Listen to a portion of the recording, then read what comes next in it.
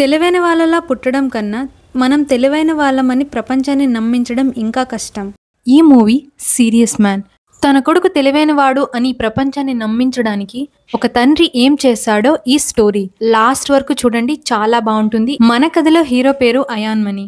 ముంబై సిటీలో ఒక చిన్న అపార్ట్మెంట్లో తన భార్య ఓజాతో కలిసి బ్రతుకుతూ ఉంటాడు.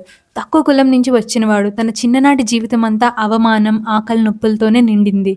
అలా అని మనీ ఏం చిన్న జాబ్ చేయట్లేదు. ఒక పెద్ద సైంటిస్ట్ అయిన అరవింద్ దగ్గర పిఏగా పనిచేస్తున్నాడు. అరవింద్ చాలా జీనియస్, కానీ అతనికి చాలా పొగరు.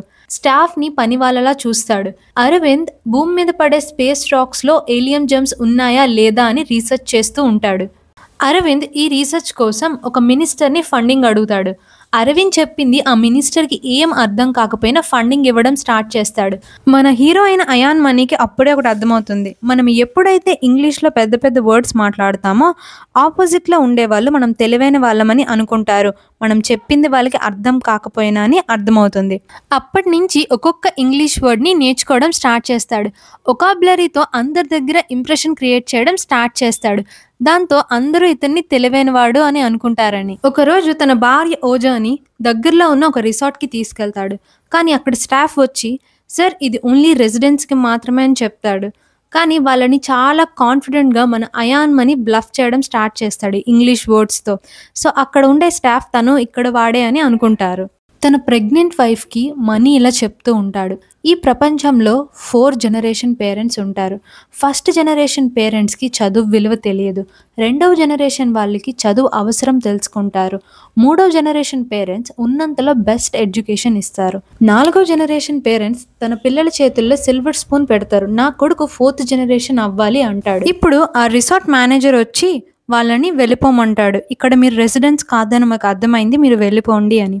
కానీ అప్పుడే తన భార్య ఓజోకి డెలివరీ పెయిన్స్ వస్తాయి. ఇంక ఏం చేయాలో తెలియక ఓజో అక్కడే డెలివరీ అవుతుంది. మనీకి ఆదిత్య పుడతాడు. కొంచెం వినిపించదు. అతను ఒక టాప్ క్రిస్టియన్ స్కూల్లో అడ్మిషన్ ఇంటర్వ్యూకి వెళ్తాడు. కానీ ఆదిత్య ఫుల్గా ఏడుస్తూ ఉంటాడు. దాంతో అతను ఆ స్కూల్లో రిజెక్ట్ అవుతూ ఉంటాడు. అయాన్ మనీకి ఆ స్కూల్లో ఎలా అయినా సీట్ కావాలి అని చెప్పి తన బాస్ రికమెండేషన్ చేశారు అని ఒక ఫేక్ లెటర్ని తయారు చేసి వాళ్ళకి ఇస్తాడు. కానీ అక్కడ ఉండే స్టాఫ్ అరవింద్కి కాల్ చేసి అడుగుతారు, మీరు రికమెండ్ చేస్తారా అని. కానీ తన బాస్, నేను ఎవరికి రికమెండ్ చేయలేదు, మనీ ఒక వేస్ట్ ఫెలో అని చెప్తాడు. ఇంకా అప్పుడే అరవింద్ ఉన్న కాన్ఫరెన్స్లోకి మనీ కూడా వెళ్తాడు. అరవింద్ ప్రెస్ ఏం క్వశ్చన్స్ అడిగినా తిరిగి రిటర్న్లో వాళ్ళనే క్వశ్చన్స్ అడిగి ఏవో సైంటిఫిక్ టర్మ్స్ పెద్ద పెద్ద వాడేసి ఆన్సర్ చెప్తూ ఉంటాడు. అక్కడ ఉండే వాళ్ళంతా అరవింద్ని తెలివైన వాడు, చాలా స్మార్ట్ జీనియస్ అంటున్నారు అని మనీకి అర్థమవుతుంది. నెక్స్ట్ సీన్లో ఆదిత్య క్లాస్ వినకుండా ఏదో చేస్తూ ఉంటాడు. దానికి టీచర్ అతని పైన కోప్పడుతూ ఉంటుంది. అప్పుడు ఆదిత్య ఇలా అంటాడు, మనిషికి క్లోరోఫిల్ ఇంజెక్ట్ చేస్తే మనమే ఫోటోసింథసిస్ చేసి ఆక్సిజన్ తయారు చేయగలుగుతాం కదా అని. క్లాస్ అంతా సైలెంట్ అయిపోద్ది. టీచర్ తనని తిడుతుంది, నువ్వు నన్నే ఎదురుస్తున్నావా అని. అప్పుడు టీచర్ తనని మ్యాథ్ ప్రాబ్లమ్ని సాల్వ్ చేయమని బోర్డు మీదకి వెళ్ళమంటుంది. అప్పుడు ఆదిత్య ఈజీగా దాన్ని సాల్వ్ చేసేస్తాడు. అప్పుడు ఆ టీచర్ తనని ప్రిన్సిపల్ దగ్గరికి తీసుకెళ్తుంది. ప్రిన్సిపల్ ఆదిత్యాన్ని పొగడడం స్టార్ట్ చేస్తుంది. మీ బాబు చాలా తెలివైనవాడు, మీరు ఇక్కడ చదవడం కంటిన్యూ చేస్తే మీ బాబు ఎడ్యుకేషన్ మొత్తం ఫ్రీగా ఇస్తాము అని. కానీ దానికి మీరు మీ మతం మార్చుకోవాల్సి ఉంటుంది అని చెప్తుంది. దానికి మనీ ఎంత మాత్రం ఒప్పుకోడు. నా కొడుకు చాలా టాలెంటెడ్, ఇక్కడ కాకపోతే ఇంకెక్కడైనా ఫ్రీగా దొరుకుతుంది అని చెప్పి వెళ్ళిపోతూ ఉంటాడు. కానీ అప్పుడు టీచర్ మళ్ళీ వచ్చి ఓకే మీరు అడిగింది చేస్తామని చెప్పి యాక్సెప్ట్ చేస్తుంది. కొన్ని నెలలకే ఆది ఒక సైంటిఫిక్ జీనియస్ కిడ్లా మారిపోతాడు. అప్పుడు వాళ్ళ కాలనీకి ఒక ఇంటర్వ్యూ ఛానల్ వాళ్ళు వస్తారు. ఆదిని క్వశ్చన్స్ అడుగుతూ ఉంటారు. ఆది వాళ్ళకి రూడ్గా సమాధానం చెప్తూ ఉంటాడు. అరవింద్ ఎలా అయితే మీడియా ప్రెస్ నుంచి తప్పించుకున్నాడో అలానే ఆది కూడా ఆన్సర్ చేయడం స్టార్ట్ చేస్తాడు. వాళ్ళ చుట్టుపక్కల ఉండే వాళ్ళు అంతా ఒక పూర్ అబ్బాయి ఇంత గొప్పగా ఏ రిసోర్సెస్ లేకుండా ఇంత జీనియస్గా ఎలా మారాడు అని వాళ్ళ పిల్లలతో కంపేర్ చేయడం స్టార్ట్ చేస్తారు. అందరూ కూడా ఆదిని ఒక సెలబ్రిటీలా చూస్తారు. నెక్స్ట్ సీన్లో మన హీరో అయిన మనీ ఒక స్ట్రీట్ షాప్ వెండర్ దగ్గరికి వెళ్తాడు. వెళ్ళి అతనికి డబ్బులు ఇచ్చి ప్రైమరీ స్కూల్ క్వశ్చన్ పేపర్స్ని అడుగుతాడు. మనీ ప్రతిసారి ఆది స్కూల్ టాపర్ రావడానికి అతని దగ్గర పేపర్స్ని లీక్ చేయడానికి డబ్బులు ఇస్తున్నాడు. మనీ ఆదిత్యకి క్వాంటమ్ ఫిజిక్స్లో కొన్ని వర్డ్స్ కూడా డైలీ నేర్పిస్తూ ఉంటాడు. దాంతో ఎవరైనా ఆదికి రానిది అడిగితే వాళ్ళపైన కోపంగా ఉండేటట్టు నటించి అక్కడి నుంచి తప్పించుకునేవాడు. ఇది ఈ తండ్రి కొడుకులు ఇద్దరు కొన్ని ఏళ్ల నుంచి చేస్తున్నారు, కానీ ఈ విషయం వాళ్ళిద్దరికి మాత్రమే తెలుసు. నెక్స్ట్ సీన్లో మనకి అనూజ అండ్ కేశవ్ని ఇంట్రడ్యూస్ చేస్తారు. వాళ్ళు పొలిటీషియన్స్. ఆది యొక్క పాపులారిటీని వాళ్ళ పార్టీ బెనిఫిట్ కోసం వాడుకుందామని అనుకుంటారు. అనూజ, కేశవ్ ఇద్దరు కూడా ఆదిత్య వాళ్ళ ఇంటికి వెళ్తారు. వెళ్ళి ఆది సపోర్ట్ మా పార్టీకి కావాలి అని చెప్తారు. ఇక్కడ మీ బిల్డింగ్స్ అన్నీ కూలగొట్టి ఇక్కడ మేము స్కూల్స్, కాలేజెస్, ఎంఎన్సీ కంపెనీస్ అన్నీ బిల్డ్ చేస్తామని చెప్తారు.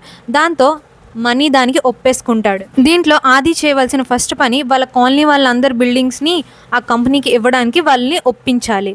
ఆదికి ఆల్రెడీ హియరింగ్ ప్రాబ్లం ఉంది కాబట్టి అదే ఇంప్లాంట్తో మనీ ఏం చెప్తున్నాడో చెవిలో అదే ఆది అందరితో చెప్తూ ఉంటాడు. దాంతో అందరూ ఆదిని నమ్మి వాళ్ళ బిల్డింగ్స్ని ఇవ్వడానికి ఒప్పుకుంటారు. ఎందుకంటే వాళ్ళందరూ ఆది స్మార్ట్ అని నమ్ముతున్నారు.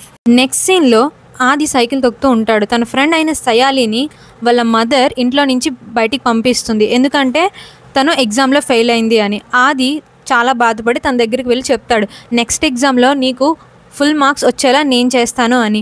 అది ఎలా అని సయాలి అడుగుతుంది. అప్పుడు తను తన సీక్రెట్ని రివీల్ చేసేస్తాడు. నేనేం జీనియస్ కాదు, నాకు పేపర్ ముందే తెలిసిపోతుంది, అందుకే నాకు ఫుల్ మార్క్స్ వస్తాయి అని ఆదిత్య సయాలితో చెప్తాడు. నెక్స్ట్ డే ఆదిత్య మనీతో ఇలా అంటాడు, ఈ సీక్రెట్ని నేను నా బెస్ట్ ఫ్రెండ్తో షేర్ చేసుకోవచ్చా అని. అప్పుడు దానికి మనీ అంటాడు, నాకు ఈ ప్రపంచంలో బెస్ట్ ఫ్రెండ్ మీ అమ్మ మాత్రమే, నేను తనతో కూడా షేర్ చేయలేదు, ఈ విషయం మన మధ్యలోనే ఉండాలి అంటాడు. దాంతో ఆదిత్య ఓకే అని యాక్సెప్ట్ చేస్తాడు. నెక్స్ట్ డే సయాలి ఆదిత్యతో క్లాస్ అందరి ముందు మల్టిప్లికేషన్ టేబుల్ చెప్పమని అడుగుతుంది. కానీ ఆదిత్య చెప్పలేడు కదా.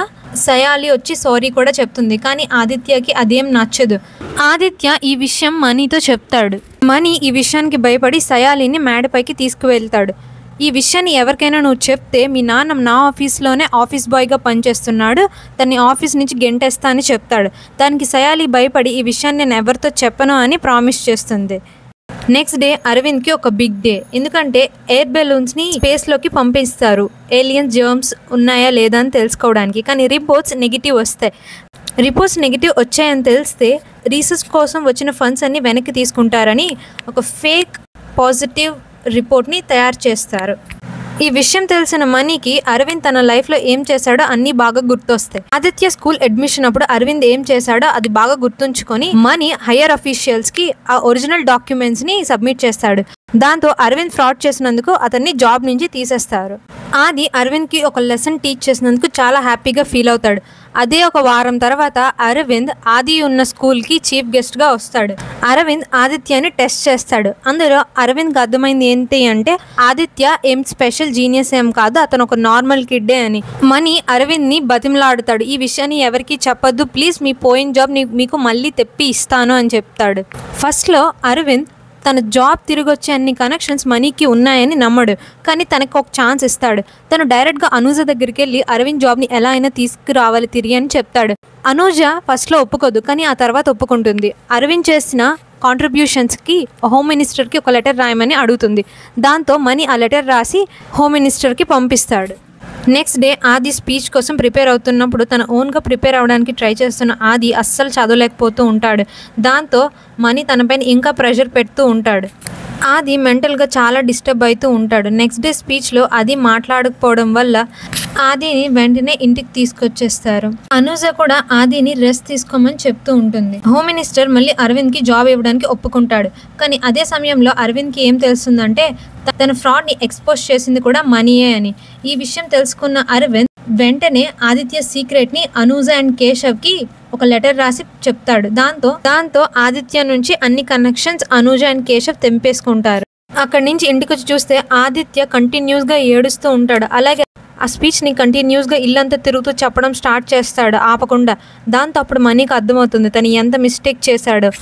అలాగే ఆదిత్య డోర్కి వేసి తన తలని కొట్టుకుంటూ ఉంటాడు. అప్పుడే ఓజా వచ్చి చూస్తుంది. ఏం జరిగింది, ఇప్పుడైనా నాకు నిజం చెప్పు అని ఓజా అడుగుతుంది. ఫస్ట్ టైం ఓజాకి నిజం చెప్తాడు మనీ. ఓజా చాలా బాధపడుతూ మనీతో ఇలా ఉంటుంది, నిన్ను పెళ్లి చేసుకోవడం కన్నా ఏదైనా పని చేసుకుని ఉండాల్సింది నేను, ఇది నీకోసం నా కొడుకు జీవితాన్ని మొత్తం నాశనం చేశావని మనీతో వాదిస్తూ ఉంటుంది. మనీ ఇంకా ఈ విషయంలో నుంచి ఎలా అయినా బయటపడాలి అని తప్పించుకోవాలని చూస్తూ ఉంటాడు. నెక్స్ట్ డే మనీ అరవింద్ని ఒక మ్యూజియంలో మీట్ అవ్వడానికి ప్లాన్ చేస్తాడు. అరవింద్ జాయినింగ్ లెటర్ని అరవింద్కి ఇస్తాడు.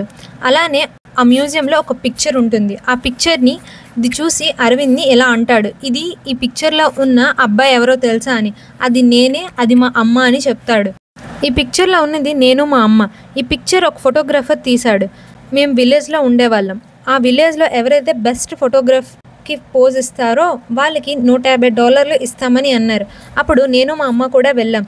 కానీ అప్పుడు ఆ ఫోటోగ్రాఫర్ మా అమ్మ చాలా హెల్దీగా ఉంది, ఒక ఫార్మర్గా కనిపించట్లేదు అంటే మా నాన్న తనని 5 కిలోలు తగ్గించడానికి ఒక వారం రోజులు అన్నం పెట్టలేదు అని చెప్తాడు. ఆ తర్వాత ఆ ఫోటోగ్రాఫర్ తీశాడు. ఆ తర్వాత అతను ఒక కాంపిటీషన్లో విన్ అయ్యి $10,000 గెలుచుకున్నాడు. ఆ తర్వాత అందులో మాకు $150 ఇచ్చాడు అని చెప్తాడు. ఆ డబ్బులు నన్ను స్కూల్కి పంపించడానికి సరిపోతాయి, కానీ అన్ని రోజులు మా అమ్మ ఆకలితో ఉండడం వల్ల మా అమ్మ చనిపోయింది అని చెప్తాడు. అప్పుడే అర్థమవుతుంది అరవింద్కి, అరవింద్ తన కొడుకు సక్సెస్ కోసం, తన కొడుకు భవిష్యత్తు కోసమే ఇంత కష్టపడ్డాడు, తనకి హెల్ప్ చేయాలని అనుకుంటాడు.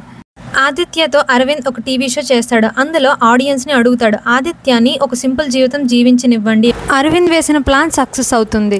మనీ ఆదిత్యని ఒక గవర్నమెంట్ స్కూల్లో చేర్పిస్తాడు. అక్కడ తను టాపర్ కాదు, కానీ చాలా సంతోషంగా ఉంటాడు. లాస్ట్ సీన్లో మనకి ఫాదర్ అండ్ సన్ బీచ్లో వెళ్తూ ఉన్నట్టు చూపిస్తారు.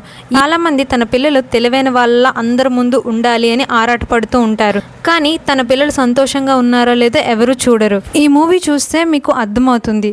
ఈ వీడియో నచ్చితే సబ్స్క్రైబ్ చేసుకోండి.